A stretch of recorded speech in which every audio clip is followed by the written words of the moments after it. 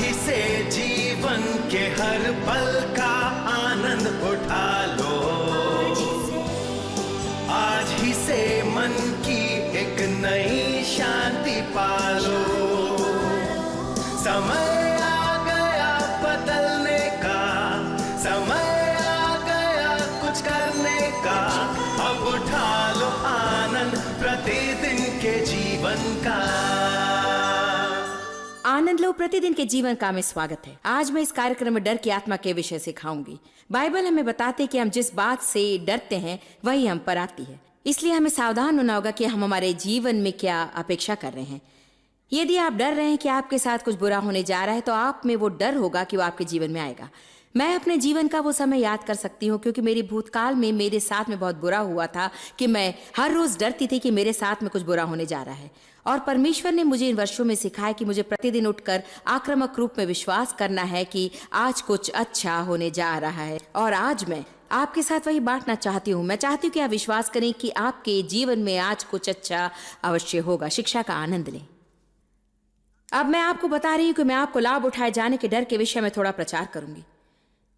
ये बहुत ही कठिन है, विशेषकर यदि आप ऐसे व्यक्ति हैं जिसका भूतकाल में लाभ उठाया गया हो।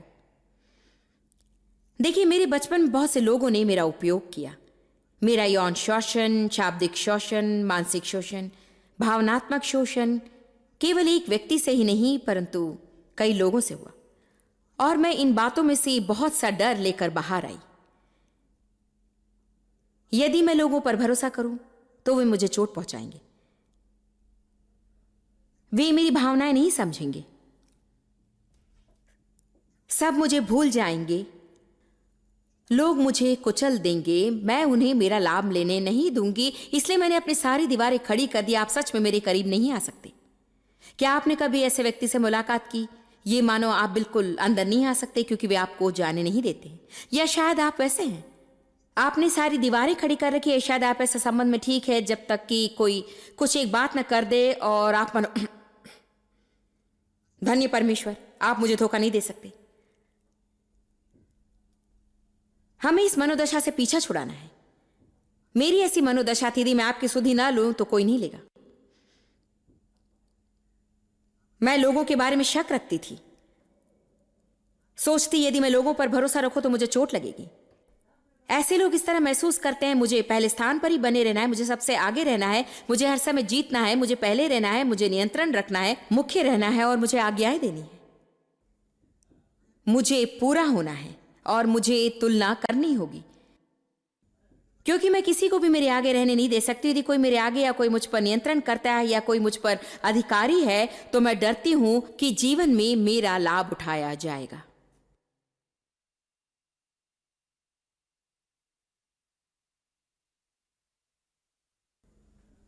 मुझे लगता है कि आप इसे समझ रहे हैं। जो व्यक्ति उनका लाभ उठाए जाने से डरता है वो परमेश्वर की राह नहीं देख सकता कि उन्हें उन्नति दे। वे हमेशा व्यस्त होते हैं कि वे खुद को किसी संबंध में रखने की, किसी स्तर पर रखने की कोशिश करते हैं। वे नई कलीसिया शुरू करते हैं और वे रुक नहीं सकते कि पास्टर को बताएं कि वे कितने अभिषिक्त हैं और उन्हें कौन सा स्थान चाहिए। वे राह नहीं देख सकते कि जैसे परमेश्वर उनसे कहता है वैसे वे जाकर बैठे और परमेश्वर को उन्हें सामने लाने दें। उन्हें तो ओहदा चाहिए और उन्हें महत्वपूर्ण होना है। यदि आप देखें भजन संहिता 75,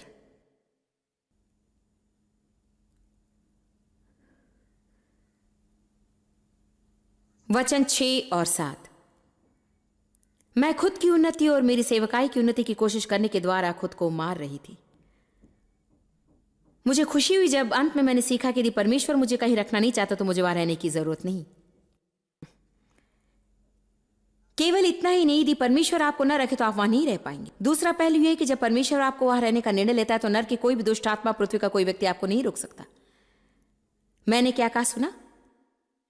मैंने कहा जब परमेश्वर आपको उन्नति देने का निर्णय लेता है, जब परमेश्वर द्वार खोलने का निर्णय लेता है, जब आपको कहीं किसी स्थान पर रखे और आपका उपयोग करे तो नर्क की कोई भी दुष्ट आत्मा और पृथ्वी का कोई भी व्यक्ति उसे रोक नहीं सकता।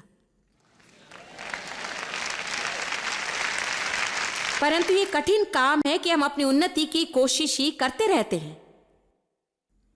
ये कठिन है कि हम सोचें कि कैसे लोगों को आपसे प्रेम करने लगाएं। कृपा के लिए परमेश्वर पर भरोसा करना तो बहुत ही आसान है। मैं आपके जीवन में पवित्र आत्मा की कुछ बातें लाने की कोशिश कर रही हूं, और मेरे लिए ये बहुत ही आसान है कि मैं परमेश्वर पर भरोसा करूं कि वो मुझे सही संदेश देगा और वो सही लोगों को लाएगा, और वो आपके साथ मुझ पर कृपा करेगा ताकि आप मेरे समान हो जाओ और मेरा संदेश पसंद करें। ये तो उससे बहुत ही आसान है कि मैं चिंता करूं और निर्णय लूं और बताऊं और आप सबके चेहरे को निहारूं और आपके हर काम को देखूं कि आप मुझे स्वीकार करते हैं या नहीं करते।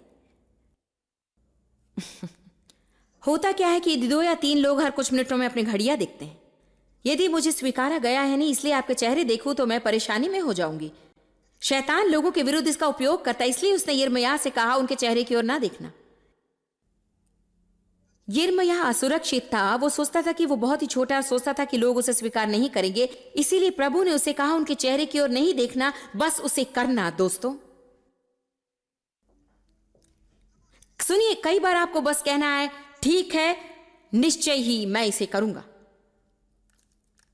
बाइबल जो दाऊद के विषय कहती है वो मुझे पसंद है कि जब उसने गोलियत की ओर देखा और सब उसे बता रहे थे कि यह काम नहीं करेगा, बाइबल कहती है दाऊद युद्ध रेखा की ओर दौड़ता चला गया। मैं सोचती हूं कि कई बार आप किसी बात के अंत के विषय में सोचते हैं, मतलब आप डर की गंभीर बात में अपने आप से कह सकते हैं कि देखो वो कितना बड़ा है, देखो उसके पास कितना अनुभव है, ओ वो तो बहुत बड़ी बात है, मेरी ओर देखिए, उसकी ओर देखिए, मेरी ओर देखिए, उसकी ओर देखिए। परंतु दाऊद ने नहीं किया। उसने कहा इस दिन इस्राएल की सेना के परमेश्वर ने तुझे मेरे हाथ में कर दिया है और प्रभु के नाम में मैं तेरा सिर काटूंगा और मैं उसे इस्राएल की सेना को दे दूंगा। वो दौड़ते हुए युद्ध रेखा की ओर चला गया। आमीन। आपको इन बातों को अपने लिए साबित करना है, इसीलिए मैं हमेशा लोगों को सिखाती हूं कि खुद से बातें करें, कुछ भी हो। आप हमेशा खुद से बातें करते हैं, आपको बस सही बातें करना शुरू करना है। हम जो खुद से बातें करते वही हमें बनाता है या बिगाड़ता है। आप किसी और से अधिक अपने आप से बातें करते हैं। ये न सोचे कि वे मेरे समान नहीं होंगे, वे ऐसे नहीं है। नहीं, अपना मुंह खोलकर कहें वे मेरे समान हो जाएंगे, क्योंकि परमेश्वर मुझ पर कृपा करेगा। यदि परमेश्वर मुझ पर कृपा ना करे तो स्पष्ट है कि मुझे उस व्यक्ति के साथ संबंध नहीं रखना है, तो किसी भी तरफ से ये तो अच्छा है। आपको ऐसी जगह पर आना है जहां केवल परमेश्वर की इच्छा करना चाहते हैं, क्योंकि यदि आप दूसरी ऐसी बातें करें जिसे परमेश्वर नहीं चाहता तो आप आनंदित नहीं होंगे। भजन 75:6-7, क्योंकि बढ़ती और उन्नति ना तो पूरब से, ना पश्चिम से और न दक्षिण से आती है, परंतु परमेश्वर ही न्यायी है। वो एक को घटाता और दूसरे को बढ़ाता है। हालेलुया। मैं आपको बताऊं, परमेश्वर जानता है कि कैसे काम से निकाले और कैसे काम पर रखें। आमीन। परमेश्वर जानता है कि कैसे किसी को नीचे लाकर दूसरे को उठाए। वो जानता है कि कैसे नीचे लाए और वो जानता है कि कैसे उन्नति दे। मैं ये सब मूर्खता के खेल से थक चुकी हूं कि मेरी सेवकाई बढ़ाऊं, भीड़ इकट्ठा करने की कोशिश करूं। अंत में मैं ऐसी जगह पहुंच गई जहां मैंने सोचा यदि प्रभु ने इसे नहीं किया तो ये कभी पूरा नहीं होगा, और मैं भी उस पर विश्वास करूं और मेरे जीवन का आनंद लूं। आमीन। वो व्यक्ति जो लाभ उठाए जाने से डरता है, वो नहीं जानता कि कैसे बने रहे और परमेश्वर की राह देखे। वो दूसरे लोगों की पदोन्नति पर सच में खुश नहीं होता। वो केवल एक ही गीत गाना जानता है, मेरे विषय क्या, मेरे विषय क्या, मेरे विषय क्या, मेरे विषय क्या।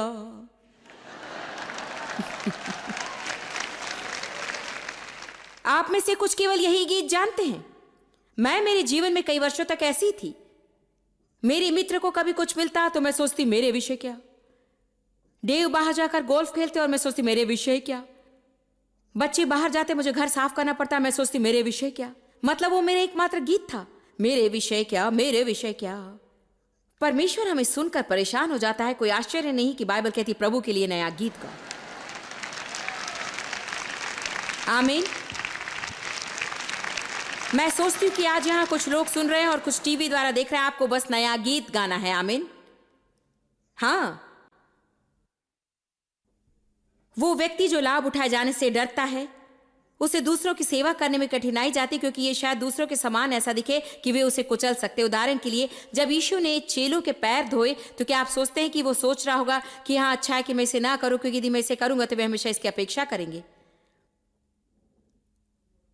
मैं नहीं सोचती उसने ऐसा सोचा होगा। वो जरा भी नहीं डरा कि यदि वो उनके पैर धोए तो वे उसका लाभ उठाएंगे। देखिए, हम कई बार डरते कि यदि हम खुद को नम्र करें और उसके समान किसी अधिकारी की सेवा करें तो हाँ, वे शायद हमेशा इसी तरह के व्यवहार की अपेक्षा करेंगे। यदि हम डर में जीवन जीते हैं तो वे कभी नहीं कर सकेंगे जो परमेश्वर चाहता है। आइए निरीक्षण करें, हमने अब तक यहां किस विषय बात की। मैं देखूंगी कि आप कितने बुद्धिमान हैं। हम इस बात से नहीं डरेंगे कि हमारे साथ कुछ बुरा होने जा रहा है। हम आक्रामक रूप में विश्वास करेंगे कि हमारे साथ कुछ अच्छा होगा। आमीन। हम इस बात से नहीं डरेंगे कि लोग हमारा इनकार करेंगे। हम विश्वास करेंगे कि वे हमें स्वीकार करेंगे। हम विश्वास करेंगे कि हम जहां भी जाएं वहां परमेश्वर हम पर अलौकिक कृपा करेगा। ये अभ्यास करें, कहिए मेरे साथ कुछ अच्छा होने जा रहा है। कहिए मैं जहां भी जाती हूं वहां मुझे अलौकिक कृपा प्राप्त होगी। और तीसरी बात है, हम इस बात से नहीं डरेंगे कि लोग हमारा लाभ उठाएंगे, इसलिए हम हमारी दीवारें गिरा देंगे और हम परमेश्वर पर विश्वास करेंगे कि यदि कोई हमारे साथ सही व्यवहार नहीं भी करेगा तो वो हमें दुगनी आशीष देगा। हम हमारे जीवन में डरते हैं कि बातें कभी नहीं बदलेंगी वो कभी नहीं घटेंगी वाले झूठ। आपका परिवार कभी नहीं बदलेगा। आपके पास कभी कोई पैसा नहीं रहेगा। आपके पास कभी अपना घर नहीं होगा। आपके पास कभी नई कार नहीं होगी आप कभी नहीं बदलेंगे और अभी जैसे काम कर रहे हैं उसे कभी उत्तम नहीं कर सकेंगे। आप कभी वचन नहीं समझेंगे जब शैतान आपको वो कभी नहीं वाले झूठ बताते तो आप कहें झूठे। बातें केवल बदलेंगी नहीं परंतु वे अभी बदल रही हैं और मैं अपने जीवन में अचानक होने की अपेक्षा करती हूं। देखिए क्या होता है कि आपके पास वही बदबूदार समस्या 25 वर्षों से हो सकती है और प्रभु बातों पर काम कर रहा हो, काम कर रहा हो, काम कर रहा हो और काम कर रहा हो, और आप एक सुबह उठकर सोच सकते हैं कि ये हर दिन जैसा ही एक दिन होगा और फिर अचानक आपको कुछ उत्साह के साथ रहना है और अपेक्षा करना है कि अचानक ही वो घट जाएगा। आमीन। आज शायद आपकी कोई भी समस्या हो, वो कल रात आपके सोने के समय तक शायद आपके जीवन में पूरी हल हो जाए। वो व्यक्ति जिसके विषय सोचते हैं कि उद्धार नहीं पाएगा, वो उद्धार पाएगा और वो व्यक्ति परमेश्वर के साथ मुलाकात कर सकता है। वो उन्हें अद्भुत रूप में बदल सकता है। आमीन। आप शायद परमेश्वर से मुलाकात कर सकते हैं और उससे आपके जीवन की हर बात बदल सकती है। कभी नहीं वाले झूठ पर विश्वास करना रोक दें और अचानक के लिए विश्वास करें। जानते विश्वास के लिए आपको क्या चाहिए? परमेश्वर अभी काम कर रहा है। आप कभी बदलाव नहीं पाएंगे इसे डरने की बजाय कहें परमेश्वर अभी काम कर रहा है और मेरा बदलाव किसी भी समय आने वाला है। मतलब किसी भी समय परमेश्वर की महिमा मेरे जीवन में आएगी। आप में से जो लोग विवाह की राह देख रहे हैं, परमेश्वर पर विवाह के लिए विश्वास करें। शायद आप लंबे समय से अविवाहित हैं और मैं जानती थी कि आप वहां हैं विवाह के लिए परमेश्वर पर विश्वास करें। आप नहीं जानते, शायद आपका साथी इस इमारत में हो। आप शायद बहुत कोशिश कर रहे होंगे कि इस इमारत से बाहर जाएं। वो परमेश्वर की ओर से वचन ही वो जॉयस के शब्द हैं। पर देखिए आपको अपेक्षा के साथ जीना जरूरी है। यदि मैं परमेश्वर पर विश्वास करूं नहीं हुआ तो यदि मैं परमेश्वर पर विश्वास करूं वो काम करे तो यदि आप परमेश्वर पर विश्वास ना करें तो यह निश्चित है कि कुछ नहीं होगा। आपको जो मिल रहा है उससे अधिक की अपेक्षा करें। जानते मैं लोगों से क्या कहती हूं ये तो निश्चय ही सत्य है। यदि वो नहीं हुआ तो भी आप परमेश्वर पर विश्वास करते हैं, तो भी आप जैसे पूरे समय परमेश्वर पर विश्वास ना करते उससे तो निश्चय ही अधिक खुश होते। बस केवल सकारात्मक मनोदशा रखें। और विश्वास करें कि कुछ अच्छा ही होगा। विश्वास करें कि लोग मुझे पसंद करेंगे और मुझे कृपा प्राप्त होगी। यदि ये प्रतिदिन सिद्ध रूप में काम न करे, ओ हाँ, मैं बस अगले दिन उठूंगी और इसे फिर से शुरू करूंगी। मैं विश्वास करती हूँ कि आज मेरे साथ कुछ अच्छा ही होगा और मुझ पर कृपा होगी, और अपेक्षा करती हूँ कि जो भी मुझे देखता है पसंद करता है और मुझे आशीष देना चाहेगा। मैं जैसे जीती थी उससे ये तो बहुत ही उत्तम है।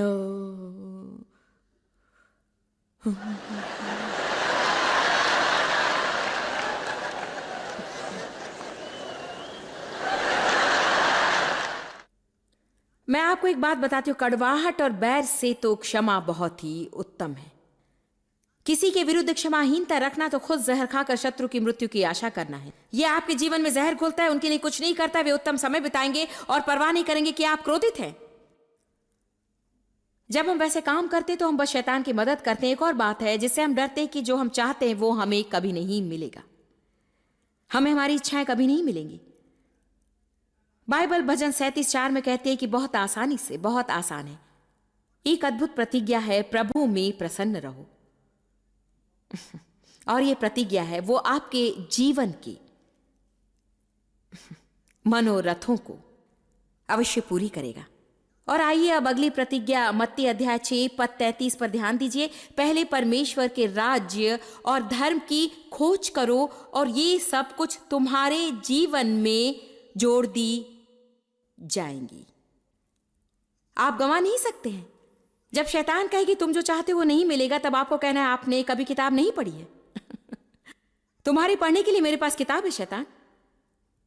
अब देखिए भजन संहिता 37:4, और बाइबल कहती है यदि मैं खुद को प्रभु में प्रसन्न रखूं तो वो मेरे हृदय के मनोरथों को पूरा करेगा। इसलिए मैं जो चाहता हूं वो मुझे मिलेगा, क्योंकि मैं पूरे हृदय से परमेश्वर को खोज रहा हूं। आमीन। बाइबल कहती है पिता को यही भाता है कि तुम्हें राज्य दे। इससे पहले कि हम परमेश्वर से मांगे, वो जानता है कि हमें क्या चाहिए। परमेश्वर के राज्य की खोज करो और परमेश्वर की आशीष आपके पीछे आएंगी। आपको उनके पीछे नहीं जाना है, वे आपके पीछे आएंगी। आमीन। सब लोग कहें मैं एक विश्वासी हूं और मैं डर में नहीं जीता हूं। क्या आप जानते हैं कि बस एक ही स्वीकृति की मनोदशा मसीह व्यक्ति डर के विषय रख सकता है, वो है मैं कभी नहीं डरूंगा। आइए परमेश्वर की स्तुति करें।